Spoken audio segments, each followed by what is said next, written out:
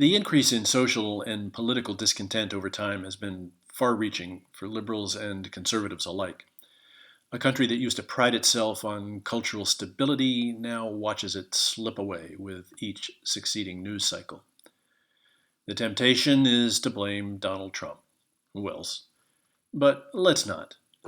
Progressive cooks in the universities, the media, and in Washington had their witches brew at a rolling boil well before he won the presidency. Now, if you feel yourself in danger of suffocation, you're not alone.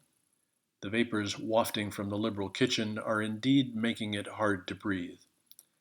Today on Connecticut Yankee Sanity, we'll analyze just two of the ingredients in the cauldron. The first is the weakening of the rule of law by its unequal application or non-application to persons of high status.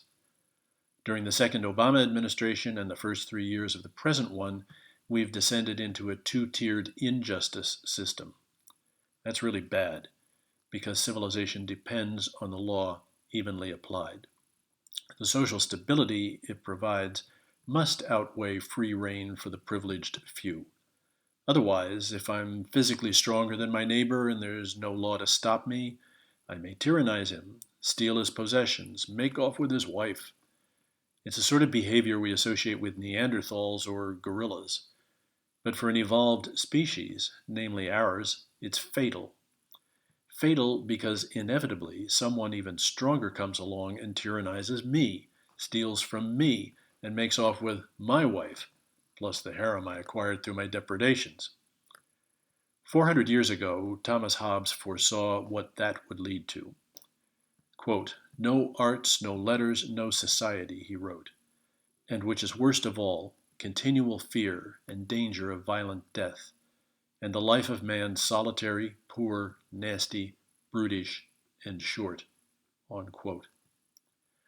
When we tolerate the so-called formal impeachment inquiry, now going on in Congress, or let Hillary Clinton and dozens of others skate instead of facing justice, we're taking steps in the direction of what Hobbes warned against.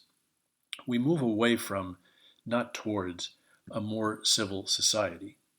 There is no such thing as Rousseau's noble savage, just savages. You see them on the news causing mayhem outside a Trump rally, shouting down a speaker on a college campus, or operating a kangaroo court behind closed doors. We either put a stop to it or the whole country slides into conditions like those in Venezuela, Syria, or Somalia.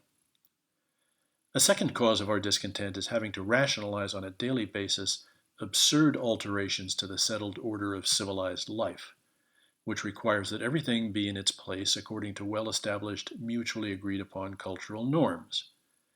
For the past 2 decades, those norms have been under attack from postmodernists, nihilists, Antifa thugs, and pathetic whiners too lazy to think up something better to do when they're not playing video games. The disruption they create produces emotional and mental fatigue for everyone. Inflict enough of it, and you run the risk of generalized, uncontrolled violence.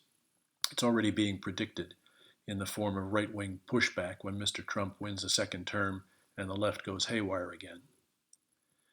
The norms governing the relationship between the sexes provide a convenient example of how unstable and confusing things have become. The Viennese psychologist Alfred Adler, whose therapeutic approach stressed cooperation, wrote, quote, "We're dependent upon each other for survival, and we exist in two sexes. The preservation of individual and of common life must take account of these facts.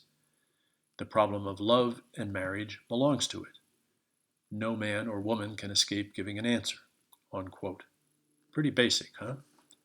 Yet now marriage is optional for heterosexuals raising a family and extended by law to homosexuals as if there were no difference. Legally, there is no difference.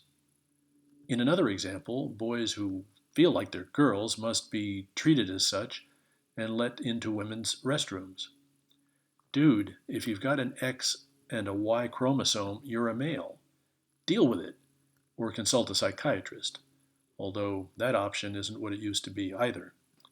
The Diagnostic and Statistical Manual of Mental Disorders, which is to psychiatrists what the Chilton Auto Repair Manual is to mechanics, has been modified under pressure from activists to eliminate classifications deemed offensive.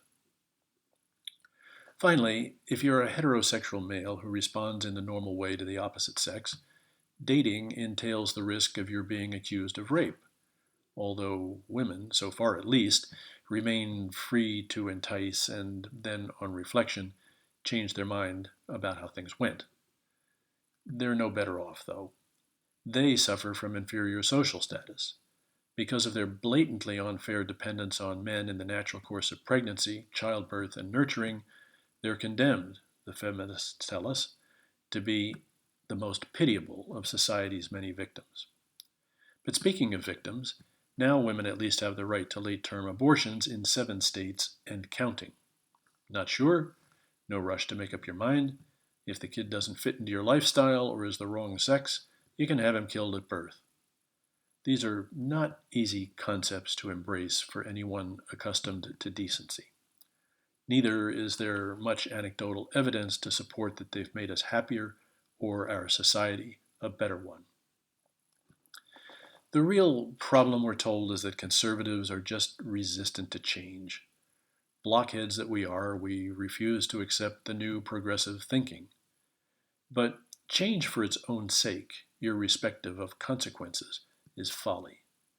Most adults, including me on my better days, understand that change is a part of life. We get it. But that doesn't mean it should be radical and unthinking. Some things, moreover, should stay unchanged, such as morals, manners, and a civil society buttressed by the rule of law.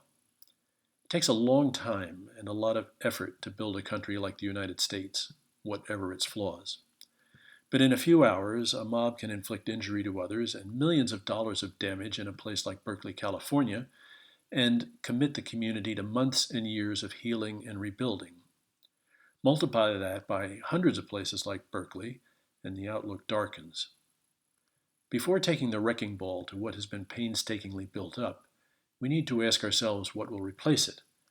But I doubt if 1 in 10,000 of those who form the mobs on the streets of our cities has done that. Are such people and their leaders really going to create a new and better world? There was a time not so long ago when that would have been a purely rhetorical question. Now it's a practical one, demanding an urgent response. Thanks for watching. Be sure to click like and subscribe to support the channel and let me hear from you with your thoughts and ideas. We'll see you back here next time.